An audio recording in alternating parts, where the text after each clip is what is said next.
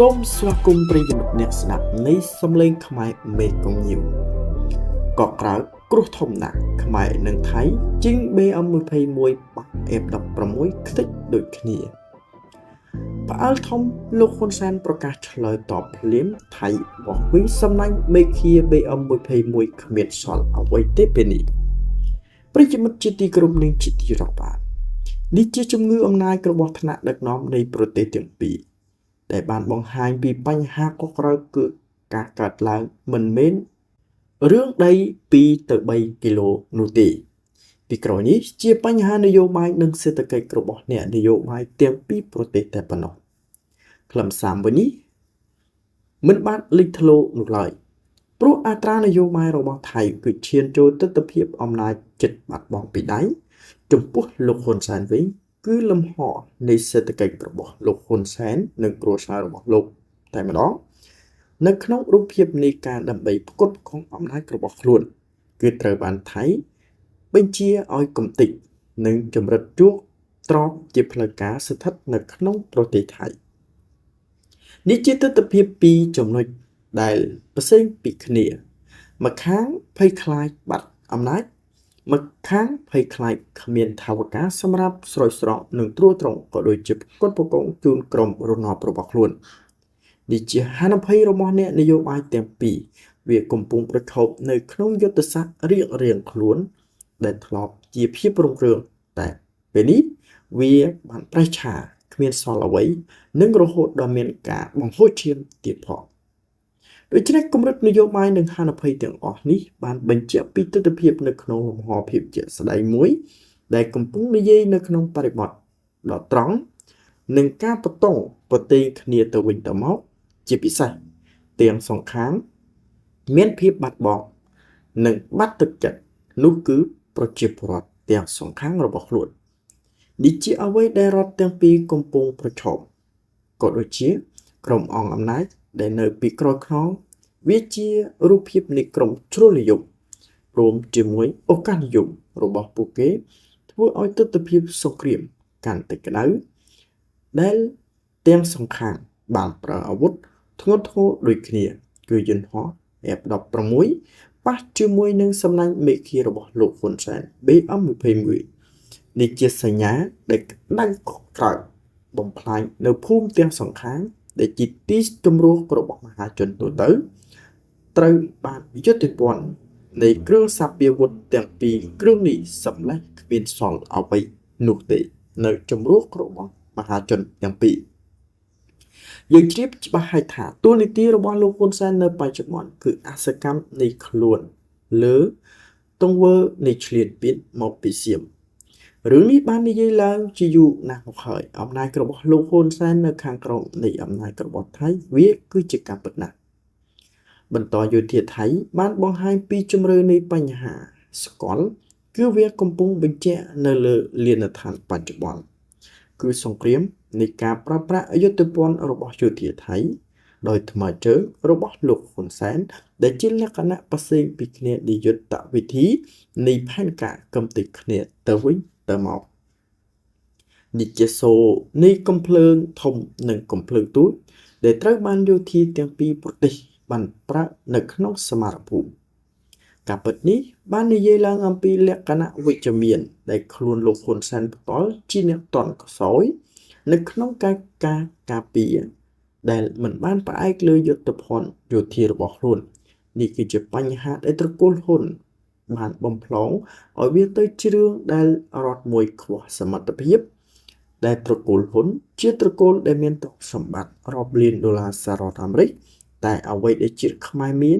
គឺសូម្បីតែកិច្ចការពារជាតិក៏គ្មានចំណេញនឹងយុទ្ធភណ្ឌការពារជាតិផងដែរប្រិយមិត្តយើងជ្រាបច្បាស់ថាគោលចំហនយោបាយរបស់លោកហ៊ុនសែនស្ថិតនៅក្នុងការមិនប្រក្រតីវាជារឿងដែលធ្វើឲ្យឈុតឆាកមួយនេះកំពុងតែតានតឹងទៅតាមតម្រូវការរបស់ភាគីមួយដែលមានបំណងធ្វើបែបនេះនៅក្នុងប្រទេសកម្ពុជាពួកគាត់សម្គាល់ទៀតថាឈានចូលមកដល់ថ្ងៃទី3ទី4ទី5គឺនៅថ្ងៃទីពុធ10ខែធ្នូឆ្នាំ2025នេះសង្គ្រាមថៃឈ្លានពានដែនអធិបតេយ្យភាពជាតិកម្ពុជាកងទ័ពថៃ បានបើកការវាយប្រហារនឹងបាញ់កំភ្លើងធំនិងទម្លាក់គ្រាប់បែកបាញ់ប្រសែងពុលចូលក្នុងតំបន់ជាច្រើនតាមបណ្ដានៃព្រំដែនកម្ពុជាហើយកាន់តែពង្រីកនៃការវាយប្រហារចូលមកក្នុងតំបន់ដែលមានចំនួនខណៈនាយករដ្ឋមន្ត្រីនៃប្រទេសម៉ាឡេស៊ីដែលជាប្រធានអាស៊ាននោះនិយាយថាជំនួបរបស់លោកជាមួយភាគីថៃមិនទាន់មានលទ្ធផលអ្វីនោះទេអំពីការវាយប្រហាររបស់ថៃមកលើកម្ពុជាជាថ្មីម្ដងនេះតាមបណ្ដាព្រំដែននោះថៃដែលរងការចោទប្រកាន់បានបើកការវាយប្រហារទាំងផ្លូវគោកនិងផ្លូវអាកាសមកលើកម្ពុជាអ្នកជំនាញវិទ្យាសាស្ត្រនយោបាយយល់ឃើញថាកម្ពុជាត្រូវរក្សាភាពអត់ធ្មត់ហើយឲ្យមានការគោរពតាមបទចុះបាញ់និងកិច្ចព្រមព្រៀងនានាដើម្បីបន្ធូរបន្ថយស្ថានភាពតានតឹងភាគីទាំងពីរបានចោទប្រកាន់គ្នាទៅវិញទៅមកអំពីការប្រយុទ្ធតាមតំបន់នៃចំនួនបន្ទាប់ពីភាគីតានតឹងជាច្រើនសប្តាហ៍និងការសម្រេចរបស់ថៃថ្មីនេះក្នុងការអនុវត្តនៃកិច្ចព្រមព្រៀងនិងបទឈប់បាញ់ជាមួយប្រទេសកម្ពុជាក្នុងនេះសហរដ្ឋអាមេរិកមកដល់ពេលនេះមិនទាន់មានប្រតិកម្មបែបណានោះទេការប៉ះទង្គិចគ្នារវាងកម្ពុជានិងថ្មីម្ដងនេះតាមមេដឹកនាំម៉ាឡេស៊ីលោកអានវ៉ាអ៊ីប្រាហាំដែលជាអ្នកសម្របសម្រួលឲ្យមានបទចុះបាញ់និងកិច្ចព្រមព្រៀងសន្តិភាពកន្លងមករវាងកម្ពុជានិងថៃនោះបានលើកឡើងអំពីក្តីព្រួយបារម្ភចំពោះការប៉ះទង្គិចប្រដាប់អាវុធជាថ្មីម្ដងទៀតនេះក្នុងរយៈពេល3ទៅ4ថ្ងៃនេះចំពោះលោកអ៊ីវ៉ាន់អ៊ីប្រាហ៊ីមគឺការផ្ទុះអាវុធថ្មីនេះវាជាហានិភ័យបំផ្លាញរាល់កិច្ចខំប្រឹងប្រែងនៃដំណើរទៅរកស្ថិរភាពតាមព្រំដែននៃប្រទេសទាំងពីរឡើងវិញយ៉ាងណាមិញលោកអ៊ីវ៉ាន់បានបញ្ជាក់ថាម៉ាឡេស៊ីក្នុងនាមជាប្រទេសសក្ខីភាពមួយនៃបទចុះបាញ់និងសេចក្តីថ្លែងការណ៍សន្តិភាពរវាងកម្ពុជាថៃបានត្រៀមខ្លួនរួចជាស្រេចនៅក្នុងការគ្រប់គ្រងនិងជំហានដែលជួយស្ដារស្ថានភាពឲ្យមកភាពដើមវិញនិងប្រក្រតីវិញក៏ដូចជាការជួយទប់ស្កាត់ការឡើងកម្ដៅកាន់តែខ្លាំងឡើងក្នុងស្ថានភាពភ័យស្រួយណាមួយដែលកើតឡើងលោកនាយករដ្ឋមន្ត្រីម៉ាឡេស៊ីស្នើឲ្យកម្ពុជានិងថៃមានភាពអត់ធ្មត់ជាមាយាទនិងអរិយធម៌បើកចំហនៃទ្វារចរចាក៏ដូចជាការប្រើប្រាស់យន្តនាការចរចាតាមផ្លូវច្បាប់និងអន្តរជាតិដែលមានស្រាប់ឲ្យយើងត្រឹមត្រូវនឹងការវិវត្តទៅតាមកិច្ចព្រមព្រៀងរវាងកម្ពុជានិងថៃទោះជាយ៉ាងណាអ្នកនាំពាក្យកងទ័ពថៃឧត្តមសេនីយ៍តូវ៉ាន់ថៃសូវរីត្រូវបានប្រព័ន្ធផ្សព្វផ្សាយអន្តរជាតិស្រង់សម្ដីថាការវាយប្រហារតាមអាកាសថ្មីនេះបានដាក់គោលដៅលើហេដ្ឋារចនាសម្ព័ន្ធយោធារបស់កម្ពុជានិងជាការសងសឹកចំពោះការវាយប្រហារនៅក្នុងព្រឹកថ្ងៃច័ន្ទទី8ខែធ្នូឆ្នាំ2025ពីភាគីកម្ពុជាដែលបានសម្លាប់ទាហានថៃម្នាក់បើតាមប្រព័ន្ធផ្សព្វផ្សាយថៃទាហានថៃ8នាក់ទៀតបានរងរបួសក្នុងហេតុការណ៍នេះគួររំលឹកថាបើតាមក្រសួងការពារជាតិកម្ពុជាគិតត្រឹមម៉ោងនេះថៃបានបើកការបាញ់ប្រហារជាថ្មីលើកម្ពុជា15លើកក្នុងការវាយប្រហារ2ថ្ងៃជាប់គ្នាកន្លងផុតនេះគឺថៃប្រើកងកម្លាំងនិងកំភ្លើងដៃកំភ្លើងយន្តកំភ្លើង MT-60 កំភ្លើងក្បាលគ្រប់ប្រភេទរថក្រោះយន្តហោះចម្បាំងប្រភេទ F16 និង